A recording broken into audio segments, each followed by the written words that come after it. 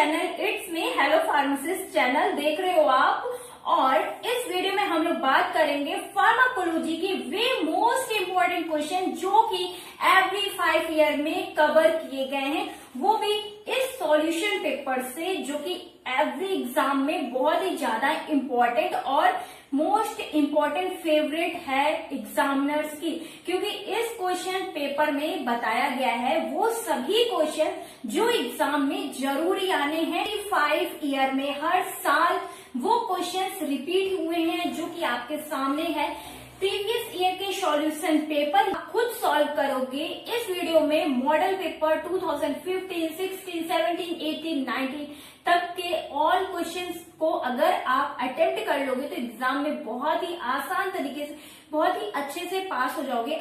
Questions को लगा लोगे, कंप्लीट कर लोगे, तो अगर आपने अभी तक कुछ भी नहीं पढ़ा हुआ है तो भी आप लोगों की तैयारी बहुत ही अच्छी हो जाएगी। तो इस वीडियो को ध्यान से देखना है और जो भी आपका डाउट रहना है कमेंट करके जरूर पूछ लेना है। क्वेश्चन के साथ आंसर भी क्या आपको ध्यान देना रहेगा, कौन सी हेडिंग्स आपको लर्न करनी रहेंगी, सब कुछ बहुत ही अच्छे से बताएंगे।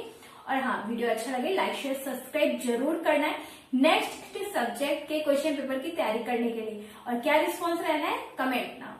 आपको फार्माकोलॉजी की इस तरह से तैयारी करनी है। आप लोग कहते हो ना दीदी हमें एक मोटिवेशन दो कि हम कैसे कवर कर पाए। अब तो एग्जाम डेट भी आ चुकी है, जो प्रपोज डेट आई है वही फाइनल डेट रहेगी। अब आप लोग जल्दी से जुट जाओ एग्जाम की तैयारी में, क्योंकि अब एग्जाम डेट चेंज होने वाली नहीं है। 22 को ही क्लियर हो जाएगा जो भी रहेगा, ठीक है।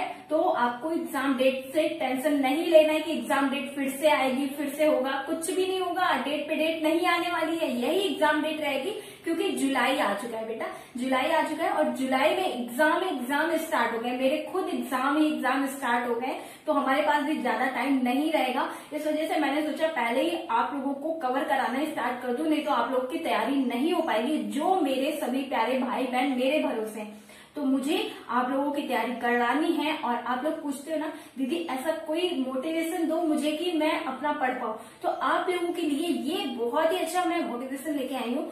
अगर आपके अड़ोस पड़ोस में गली मोहल्ले में जब भी आप फार्मेसी कंप्लीट कर लोगे तो अपना शॉप बिजनेस जॉब जो भी करोगे, आई थिंक जो अगर आप अपनी शॉप ओपन कर रहे हो या आप जॉब कर रहे हो, आपके सामने कोई व्यक्ति बहुत ही ज्यादा परेशान है, इमरजेंसी केस आ रहा है, तो आप उस इमरजेंसी केस को हैंडल कर पाओ। क्योंकि अगर आप डॉक्टर भी बनते हो ना, नीट की तैयारी बहुत से स्टूडेंट्स कर रहे हैं, जैसे कि कमेंट्स आते हैं दीदी चैनल नीट का बता दो। मेरी एक दोस्त है मेरे साथ जो पढ़ रही है, बहुत ही अच्छा है। एक तो फिजिक्स वाला है, फिजिक्स वाला पे आप चेक कर सकते हो, फिजिक्स वाला बहुत ही अच्छा चैनल, मैंने खुद एक बार सब्सक्रिप्शन लिया था। आप फिजिक्स वाला पे बहुत ही स्टूडेंट्स जो मेहनत कर रहे हैं, जिनको है लगन, जिनको है कि हाँ मुझे करना ही, मुझे इस फील्ड में वर्क करना है, वो सभी लोग कर लेंगे, ठीक है। तो आपको अपने माइंड में सेट रखना है कि अगर आपके सामने कोई है व्यक्ति वो बहुत ही ज्यादा तबीयत से जूझ रहा है तो उसे हैंडल करना है, आपको उसको तड़पते हुए नहीं देखना, ठीक है।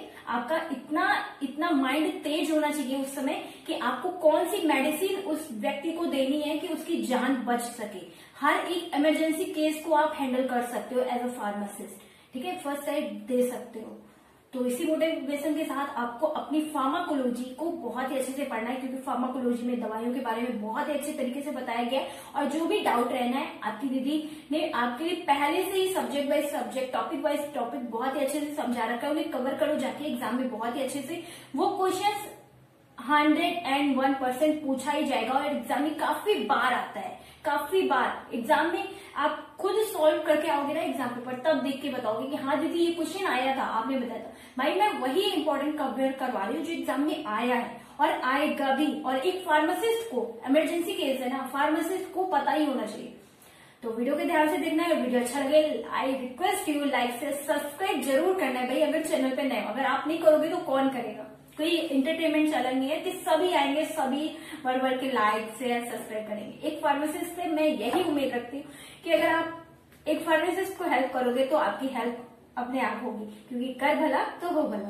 ओके हम क्वेश्चन पेपर देखना स्टार्ट कर रहे हैं 2015 का। ओके, 2015 का क्वेश्चन पेपर। बहुत से बच्चों के ये कमेंट्स रहते हैं, दीदी हमें हिंदी में क्वेश्चन दीजिए, वो इम्पोर्टेंट वाले। तो चलो भाई, आपकी भी जो विश है वो भी पूरी होने वाली है। और इंग्लिश वालों को तो पता ही चल जाएगा कि हिंदी इंग्लिश दोनों लैंग्वेज में आपसे कौन से क्वेश्चन एग्जाम में बार बार रिपीट होके पूछा गया है।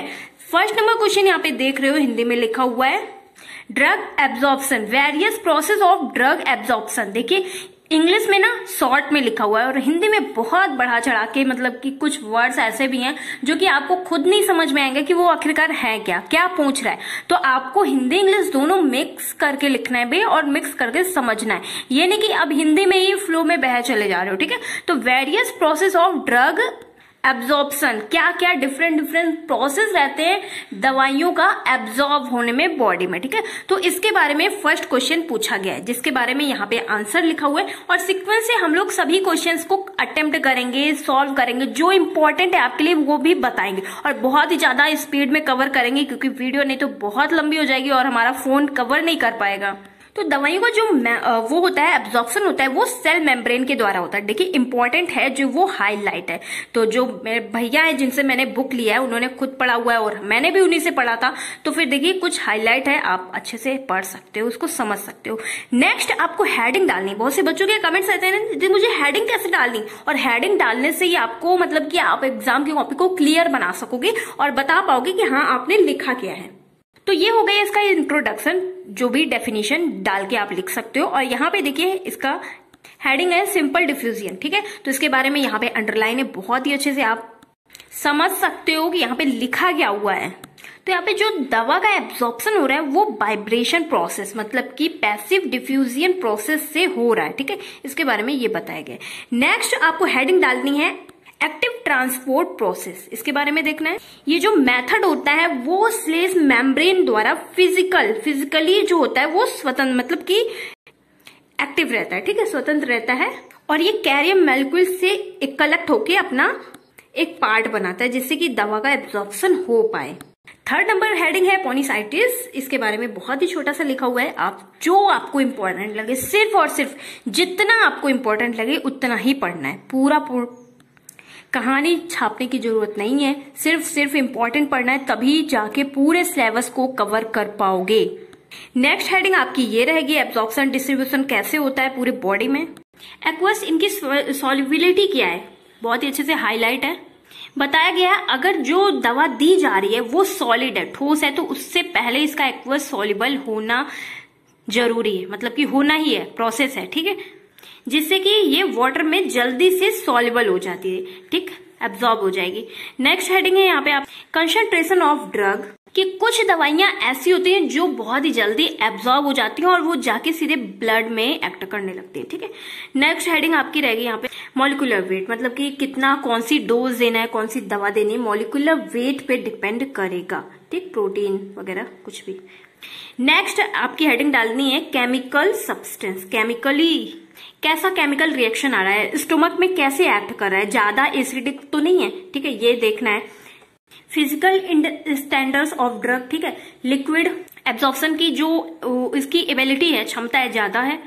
उस औषधि के कारण, ड्रग के कारण जितना छोटा होगा दवाई, जितनी छोटी मेडिसिन होगी उतनी जल्दी एब्जॉर्ब होगी।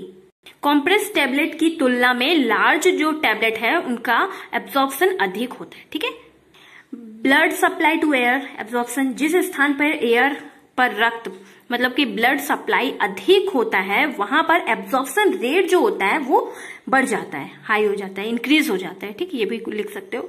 और नेक्स्ट है function of stage gastrointestinal tract पे क्या वर्क रहेगा। बीमारी से अधिक औषधि कि ऑब्जॉर्प्शन जो दर होता है उसको कम हो जाती है। डायरिया, परगेटिव एक्ट इंक्रीज हो जाता है, ठीक है, मतलब कि स्टोमक GIT से जो रिलेटेड रहता है। नेक्स्ट है रूट ऑफ एडमिनिस्ट्रेशन, दवाइयों के रूट क्या है एब्जॉर्ब करने के। एक तो हो गया है इंजेक्शन एडमिनिस्ट्रेशन, ठीक है, सब कुछ लिखा हुआ है। ड्रग प्लाज्मा कंसंट्रेशन, ठीक, नेचुरल ड्रग जो होती हैं। एडमिनिस्ट्रेशन पर डिपेंड होती हैं। ठीक, नेक्स्ट 9 नंबर हेडिंग है डिसीज कंडीशन, मतलब कि हर बात पे दवाई का ही नहीं एब्जॉर्प्शन होता है, एक पर्टिकुलर डिसीज भी होती है, उसकी दवा इतने दिन चलेगी और डिपेंड करता है व्यक्ति पे कि पर्सन किस हिसाब से दवा ले भी रहा है। ठीक है, टाइम टू टाइम।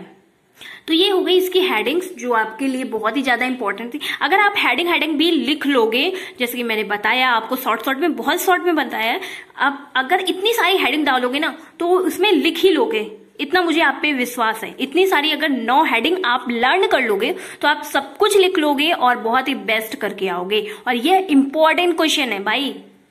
और अभी आपके 5 क्वेश्चन पेपर बचे हैं ना, तो देखना आपको ये चेक करना है, कॉपी किताब लेके बैठ जाओ, ये लिखते जाओ कि कौन सा क्वेश्चन कितने बार रिपीट हो रहा है। मैंने फर्स्ट क्वेश्चन बताया है ना, वेरियस प्रोसेस ड्रग एडमिनिस्ट्रेशन, ये लिख लो फर्स्ट क्वेश्चन। ठीक है, अगर ये दोबारा रिपीट होता है तो उसी के आगे 2 बना लेना, अगर तिबारा होता है तो 3 बना लेना। ऐसे आपको पता चलेगा कि कौन सा क्वेश्चन कितनी बार रिपीट हुआ है। मैं तो बताते ही जाऊंगी लेकिन खुद को आपको समझाना है ना।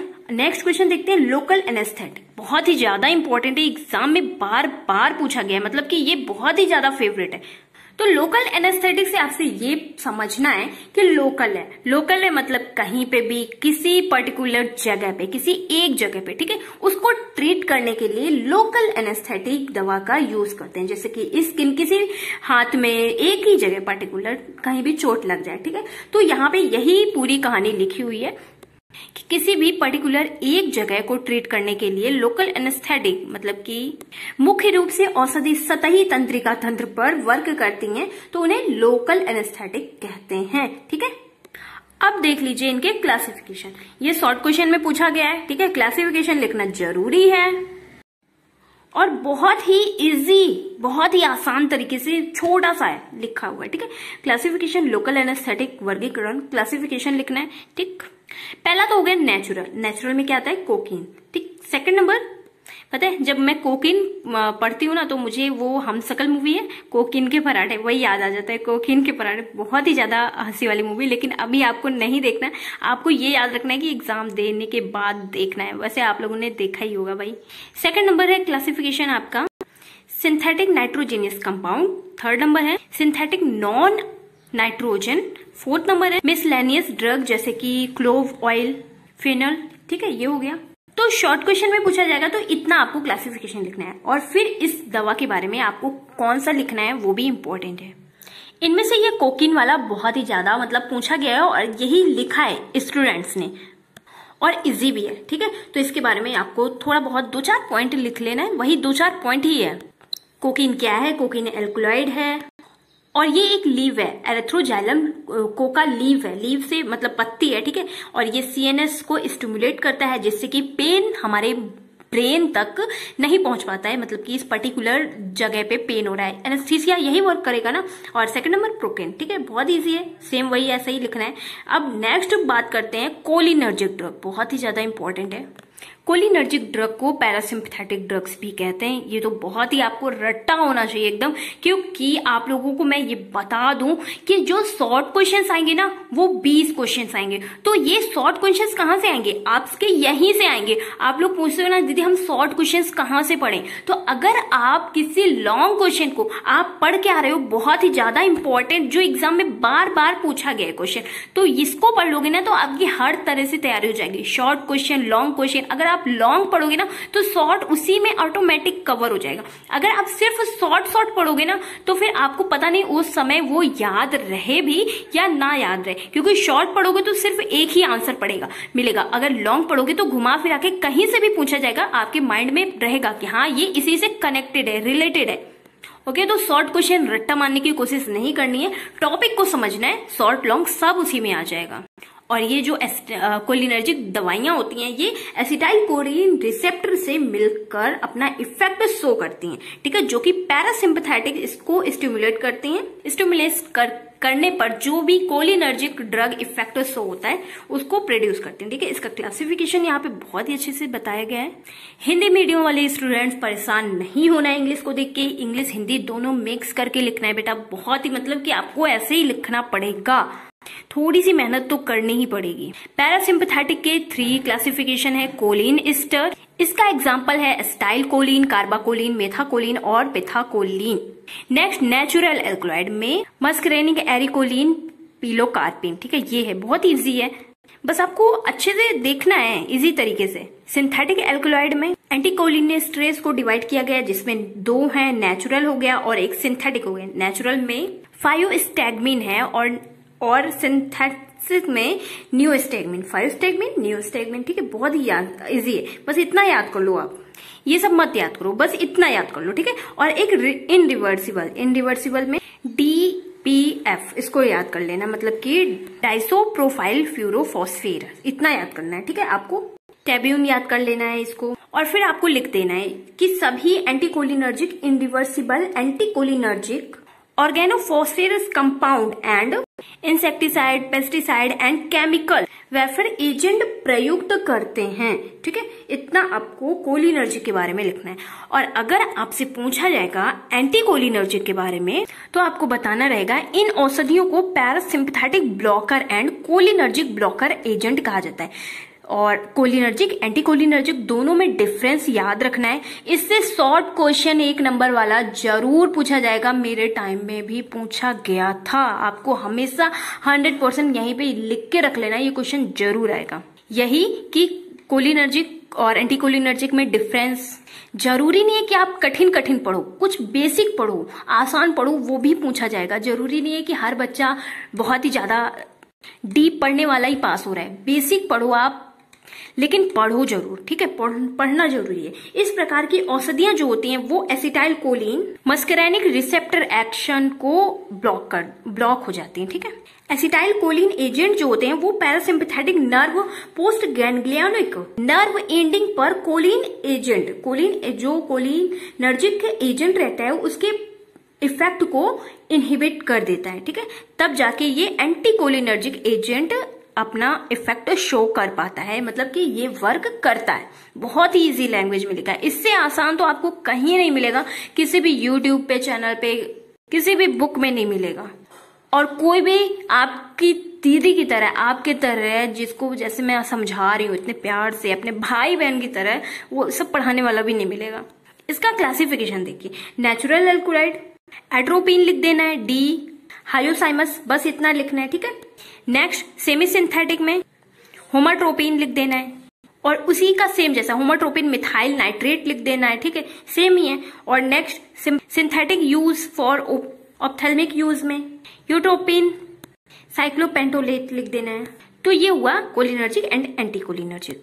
तो आपसे क्वेश्चन पूछा जाएगा ना, कोलिनर्जिक एंड एंटीकोलिनर्जिक औषधियों की औषधि प्रभाव, मतलब कि फार्माकोलॉजिकल जो इफेक्ट है वो बताना है। तो यही था। अब नेक्स्ट क्वेश्चन देखिए, यहाँ पे पूछा गया किन्हीं 2 को आपको सॉल्व करना है, एंटी आर्हिथमिक, एंटी हाइपरटेंसिव और 3rd नंबर क्वेश्चन। अच्छा, हिंदी वाले स्टूडेंट्स ये कमेंट करके जरूर बताना, क्या आप इस 3rd क्वेश्चन को समझ पा रहे हो, 100 नंबर को? तो इसका मतलब क्या है पता है? Drug use in glaucoma. अब ग्लूकोमा के बारे में तो सभी लोग जान गए होंगे बहुत ही जल्दी से। तो ग्लूकोमा, देखा ना, कुछ हिंदी इतने ज्यादा डिफिकल्ट है, वो समझ से बाहर है, आप समझ ही नहीं पाओगे कि कौन सा क्वेश्चन पूछा गया है आखिरकार। इसलिए हिंदी इंग्लिश दोनों, दाल सब्जी रोटी सब कुछ खाना है भाई, एक ही चीज नहीं खानी है। अब देखते हैं एंटी आर्हिथमिक के बारे में, क्या आपको लिखना है, क्या इंपॉर्टेंट है। आर्हिथमिक मतलब हार्ट से रिलेटेड है। ठीक है, इसका ट्रीटमेंट का उपयोग हृदय कार्डिक आर्हिथमिया, हृदय पेशी मायोकार्डियल के मध्य से कंडक्शन ऑफ इम्पल्स से किया जाता है। ठीक है, नेक्स्ट है यहाँ पे देखिए पॉइंट नंबर 1 लिखा हुआ है, हृदय में स्थित साइनोवियल एरिकल नोड जो होते हैं वो उन द्वारा उत्पन्न संवेदनाओं की उत्पत्ति जो होती है वो इफेक्ट है, साइड इफेक्ट। ठीक है, डोज है, डिफेक्ट इन इम्पल्स जनरेशन। ठीक, 2nd नंबर में लिखा गया है ड्यू टू एबनॉर्मल प्रोपेगेशन इम्यून्स। इनका क्लासिफिकेशन इलेक्ट्रोफिजियोलॉजिकल के टाइप में किया गया। ठीक है, तो यहाँ पे फेज 1 क्लास 1 में लोकल एनेस्थेटिक ड्रग दिया जाता है। ठीक है, जो कि माइकोकार्डियल मेम्ब्रेन पर वर्क करती है, नर्व पर कार्य करती है, और ये दवा रेस्टिंग पोटेंशियल करती है। ठीक है, और इनका रेट डिलोलेरिलाइजेशन जो होता है वो रिड्यूस करता है, और इसका जैसे कि क्विनिडाइन इसका एग्जाम्पल दिया गया है। तो तो क्विनीडाइन में जो भी आपके लिए बताया गया है उसको अंडरलाइन, जितना अंडरलाइन है सिर्फ उतना पढ़ना है आपको, ठीक है। प्रोपेनॉल में जितना अंडरलाइन है उतना पढ़ना है आपको, ठीक है। ज्यादा परेशान होने की जरूरत नहीं है। वेरापिमिल में भी दिया गया है, बहुत इजी, छोटा सा। नेक्स्ट क्वेश्चन की बात करते हैं, एंटी हाइपरटेंशन क्या होता है। इस टॉपिक को मैंने बहुत अच्छे से पढ़ाया हुआ है, वीडियो अपलोड है, अगर आपने नहीं पढ़ा हुआ है तो पढ़ लो जाके। इसका क्लासिफिकेशन इधर है और उसके आगे के बारे में यहाँ पे बताया गया है। क्लासिफिकेशन, केमिकल और फार्मास्यूटिकल यूजेस क्या है, ठीक है, ट्रेड नेम क्या है, यूज क्या है। और नेक्स्ट क्वेश्चन की बात करें तो ये जो रिपीटेड है, ड्रग यूज इन ग्लूकोमा, बहुत ही ज्यादा इंपॉर्टेंट है। ग्लूकोमा टॉपिक एग्जाम में काफी बार पूछा गया है। इस टॉपिक को भी मैंने बहुत ही अच्छे से पढ़ाया हुआ है, ठीक है। कवर करो जाके। अगर मैं यहाँ पे पढ़ाऊंगी तो वीडियो इतनी ज्यादा लंबी हो जाएगी, जो कि हमारा फोन में उतनी जगह नहीं है कि हम कवर करवा पाएंगे। नेक्स्ट क्वेश्चन कुछ यहाँ पे है, न्यूरोमस्कुलर ब्लॉकर और जर्नल एनेस्थेटिक, लोकल जर्नल बहुत ही ज्यादा इंपॉर्टेंट है। Respiratory stimulate, blood substituents and plasma expander और कार्डियोटोनिक, बहुत ही ज्यादा इंपॉर्टेंट क्वेश्चन हैं और कितनी बार रिपीट होंगे आप खुद देख पाओगे। तो ये रहे इन सभी के आंसर, और यहाँ पे ये आंसर मैं इसलिए क्लियरिटी से दिखा रही हूँ कि आपका ये कमेंट नहीं आना चाहिए कि दीदी इसका पीडीएफ टेलीग्राम पे शेयर कर दो, क्योंकि मेरे पास अभी टेलीग्राम नहीं है।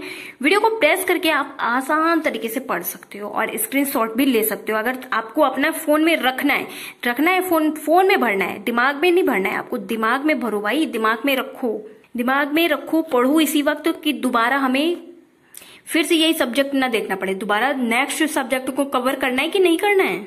जर्नल एनेस्थेटिक के क्लासिफिकेशन है ये, ठीक है, ध्यान से देख लो। नेक्स्ट क्लासिफिकेशन ये है और नेक्स्ट क्वेश्चन है ये। नेक्स्ट क्वेश्चन है रेस्पिरेटरी स्टिमुलेट, बहुत ही ज्यादा इंपॉर्टेंट है, एग्जाम में काफी बार पूछा गया ये क्वेश्चन। तो यहाँ पे आप लोगों ने कवर किया 2015 का क्वेश्चन पेपर, ठीक है। अब 16 का देखेंगे और 16 का क्वेश्चन देखते समय आपको ये भी पता चल जाएगा कि कौन सा क्वेश्चन कौन से ईयर में रिपीट हुआ है। फर्स्ट क्वेश्चन की बात करें, नॉन स्टेरॉयडल, बहुत ही ज्यादा इंपॉर्टेंट है, 2014 में कवर किया गया है और पीछे भी अभी देखने को मिलेगा आपको।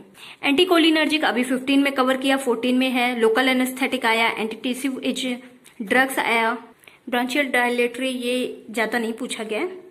एंटाइसेट मोस्ट इंपॉर्टेंट है। एंटीकोगुलेंट काफी बार पूछा गया है और स्टिमुलेशन एविटिव परगेटिव्स ये एग्जाम में काफी बार पूछा गया, अभी देखने को मिलेगा, ठीक है आपको। नेक्स्ट क्वेश्चन की बात करें, एंटी फंगल और कार्डियोटोनिक मोस्ट इंपॉर्टेंट है, ये पूरा इसका आंसर है, उसी के बारे में आगे बताया गया है। तो आपको ये नहीं परेशान हो रहा है कि इतना ज्यादा क्वेश्चंस है, आपको लिखते जाना है कि कौन सा क्वेश्चन कितनी बार रिपीट हो रहा है, ठीक है। वही क्वेश्चन बार बार रिपीट हो रहे हैं, ये ध्यान देना है आपको। देखिए, नॉन स्टेरॉयडल रिपीट हुआ है, एंटी कन्वुलेशन रिपीट हुआ है, डायरेटिक टॉपिक रिपीट हुआ है, 14 में पूछा गया था ये। ट्यूबरकुलोसिस जरूर पढ़ लेना है, antiviral, anticoagulant, anti emetics important है। इन सभी के आंसर्स आप प्लेलिस्ट चेक करोगे चैनल पे जाके, सब्जेक्ट बाय सब्जेक्ट प्लेलिस्ट बनी हुई, वहां पे चेक करोगे, आराम से मिल जाएगा। तो अभी तक हम लोग ने कवर किया 2 क्वेश्चन पेपर, 17 पे पहुंच गए हैं। क्वेश्चन लिखा हुआ है, शरीर में औषधि के विभिन्न क्रिया को प्रभावित करने वाले जो कारक होते हैं उसके बारे में बताना है। नेक्स्ट क्वेश्चन रिपीटेड है, anti hypertensive, route of drug administration most important. इसका आंसर ये लिखा हुआ है और इस टॉपिक को मैंने बहुत ही अच्छे तरीके से पढ़ा रखा है। नेक्स्ट रिपीटेड टॉपिक है anticoagulant, anti parkinsonism, anti histaminic drug, anti arrhythmic agent, repeat हुआ है ये question. Next urinary antiseptic, most important anti diarrheal drug, cardiotonic फिर से रिपीट हुआ। अब हम लोग पहुंच गए 2018 के क्वेश्चन पेपर पे। यहाँ पे देखेंगे कौन कौन से क्वेश्चन रिपीट हो रहे हैं। जनरल एनेस्थेटिक बहुत ही ज्यादा इंपॉर्टेंट है, ये तो आना ही आना है। लोकल जर्नल जो दोनों ही आना ही आना है, ठीक है। Central acting muscle relaxant most important, cholinergic, anti convulsant, antiepileptic, diuretics most important, anti parkinsonism, cardiotonic बहुत बार रिपीट हो चुका, आपके सामने ही देख रहे हो। एंटी हिस्टामिनिक रिपीटेड है, एंटीवायरल, एंटी एमेटिक रिपीटेड है, sulphonamide most important, tuberculosis most important, oral hypoglycaemic most important. अब पहुंच गए हम लोग 19 के क्वेश्चन पेपर पे। मैकेनिज्म ऑफ ड्रग एक्शन, दवाइयों का क्या मैकेनिज्म है, मोस्ट इंपॉर्टेंट एग्जाम में आएगा, अभी से लिख के रख लो। और इसको पढ़ा भी रखा है, बहुत अच्छे तरीके से पढ़ा नहीं है तो क्या कर रहे हो भाई, प्लेलिस्ट चेक करो, वहां से आपको सब कुछ मिल जाएगा। रूट ऑफ ड्रग एडमिनिस्ट्रेशन, जो आपको वीडियो अच्छा लगे, जो अच्छे से समझ में आए पढ़िए, नहीं तो स्किप करिए। पढ़िए पढ़िए पढ़िए, प्लेलिस्ट ऑन करोगे ना तो आपको सीक्वेंस से सब कुछ चलता चलाएगा, कुछ आपको बार बार ढूंढने की जरूरत नहीं पड़ेगी। General anaesthetic most important, convulsant, cholinergic, anti parkinsonism और anti fungal most important, anti fungal, anti tuberculosis और एमेटिक्स मोस्ट इंपॉर्टेंट है। कोलिनर्जिक सल्फोनामाइड मोस्ट इंपॉर्टेंट, कितनी बार रिपीट हो रहा है। Oral hypoglycaemic, anti tissue agent. तो फ्रेंड्स यहाँ पे मैंने फाइनली पूरी आपको बुक मैंने कवर करवा दी है। यहाँ से पूरा पेज खत्म होता है। ओनली 19 के क्वेश्चन पेपर थे मेरे पास, इतने ही, क्योंकि मैंने खुद अपने लिए पढ़ने के लिए खरीदा था, तो आपको BSc से कवर करवाया। खरीदा क्या था, मेरे भैया रहते हैं एक सामने, उन्हीं से मैंने लिया था, ठीक है। तो उन्होंने भी पढ़ा इसी बुक से, मैंने भी खुद पढ़ा। तो आई होप आप लोगों ने बहुत ही अच्छे से समझा होगा कि आपको क्या पढ़ना चाहिए, क्या नहीं पढ़ना चाहिए। बहुत से बच्चों का कमेंट्स रहता है ना, दीदी कौन सी बुक है, सामने आपके लिखा हुआ है शरण पब्लिकेशन की बुक है, और ये शायद आपको नहीं मिले, क्योंकि मैंने खुद नहीं लिया था, वो भैया ले आए थे, कहाँ से ले आए थे मुझे खुद नहीं पता है। तो वीडियो अच्छा लगा like share subscribe, thank you, take care, I meet to next video. अगर आपका कोई दोस्त हो तो जरूर शेयर करना, और अगले सब्जेक्ट का कौन सा वीडियो चाहिए, ऐसे ही क्वेश्चन पेपर कवर करना चाहते हो, पास होना चाहते हो, तो जल्दी से कमेंट करके बताओ। आपकी दीदी आपके कमेंट का रिप्लाई जरूर देंगी। Thank you, take care, I meet to next video, bye guys.